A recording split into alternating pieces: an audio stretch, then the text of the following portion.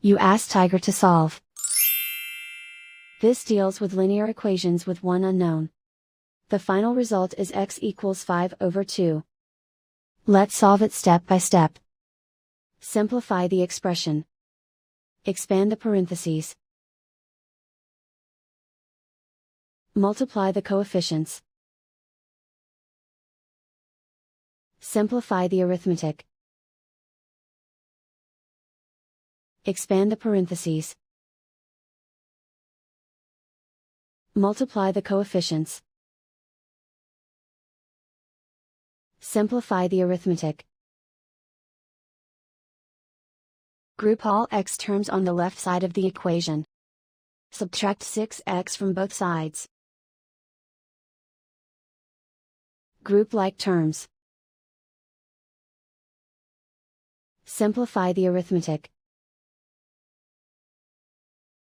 Group like terms. Simplify the arithmetic. Group all constants on the right side of the equation. Subtract 40 from both sides. Simplify the arithmetic.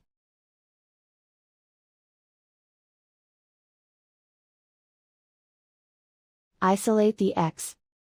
Divide both sides by 2.